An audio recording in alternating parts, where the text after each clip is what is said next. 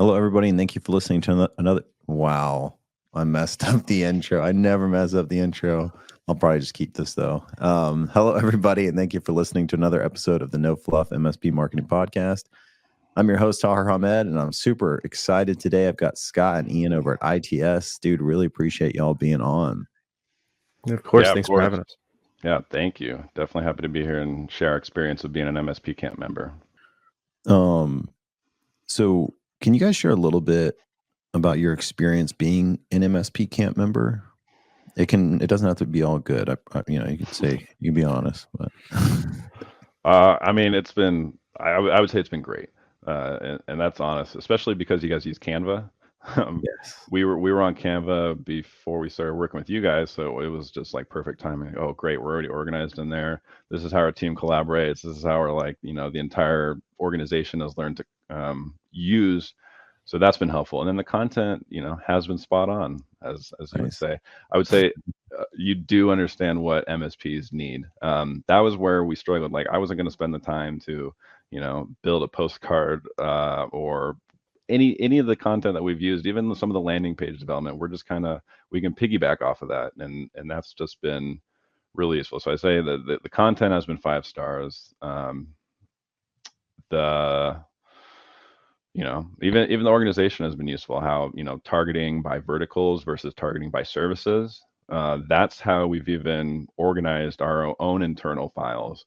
So if a prospect is coming in, you can quickly understand what are they looking for. Are they looking for a specific service, or do you know something about this client that they're part of a specific industry, and then you can get into those specific pain points, and then that is kind of just the formula for what are the opportunities off of that. Turning that into a quote quickly, passing that to a salesperson, identifying that. So the pain points have been extremely useful as well into building out our discovery forms, making sure that we do provide value when we do our sales, because we're a big value-based sales approach.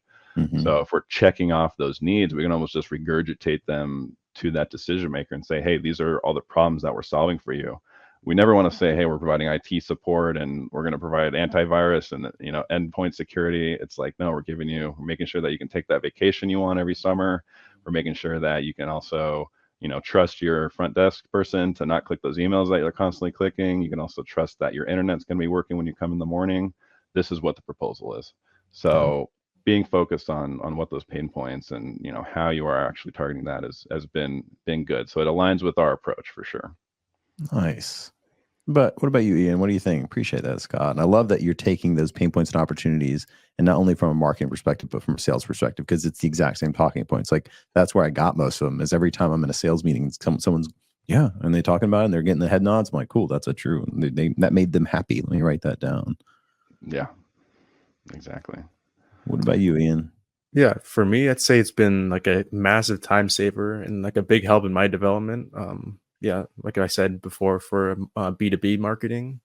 So when I was first onboarded, I was like immediately given access to MSP Camp, where to my fortunate surprise, I had a ton of like already created marketing content for our various social media channels that were specifically curated for MSPs, as well as things like blog posts, emails, videos, and guides, which allowed me to like better focus my time on a lot more important tasks, such as like developing marketing strategies, creating email campaigns, MDF funds, creating company events, webinars, and more, while like allowing us to stay active on social media every day and grow our channel simultaneously with pretty much minimal effort, I'd say.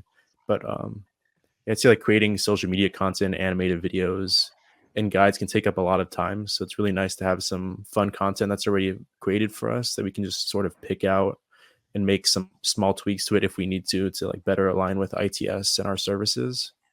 I'd say also with like the newly added grow groups, I now have access to a bunch of other MSP marketing contacts where we all sort of meet online every week and set goals for each other to accomplish, and we end up holding each other accountable to completing these goals. And just being able to like sit down and listen to other MSPs and some of the areas that they're trying to improve on and their experiences in the field has been like very valuable to me in my development, as well as trying to like find things for myself to, I always like find things to like learn every single time I meet with them. like learning things such as like what has worked for them, or like different websites that they suggest, different services that I can use to my advantage. But overall, I would say that being an MSP Camp member has been like a very great experience, and it's definitely one of the resources I use like the most in my day-to-day cycle as a marketing associate. Dude, that's awesome, man. That's like, I don't know. Like, that's why I built this, literally, because I was the marketing person, and it was like spending hours and hours building content, but then I had to distribute the content and have enough time to like think about the Yeah. distribution strategy of the content. And I wanted to do the event, but then like the social media posts wouldn't be going out, or the emails wouldn't be going out, and news wouldn't go, whatever. It was like this constant back and forth. And I was looking at all the different content providers. I'm like, all of this is just like, to me, it felt very just generic and boring. I was like, this isn't going to work. And that's literally what set us on this path. So to hear now, 2 years later, the person that I was saying that this is helping them succeed in their role is like, seriously, probably one of the most satisfying things I could ever hear. So I just really appreciate it. I'll pay you that $1,000 I mentioned, if you would say that. And Oh man, good one. no, seriously though, dude, like y'all seriously just made my whole day. That's not why we did this podcast, because you guys have provided so much gold, but to hear you say that too, like, just seriously, I can't. Thanks. Thank you. Yeah, of course. Hey, we mean it. I mean, honestly, being able to find the right resources, use the right tools. I mean, that's what being an MSP is all about. Understanding technology and the right vendors and the right people who really understand what you're doing. And people who listen to this podcast definitely understand they want to grow and understand what they're doing. So, Nice. We're in a good place to be. Love it, man. Dude, you guys are awesome.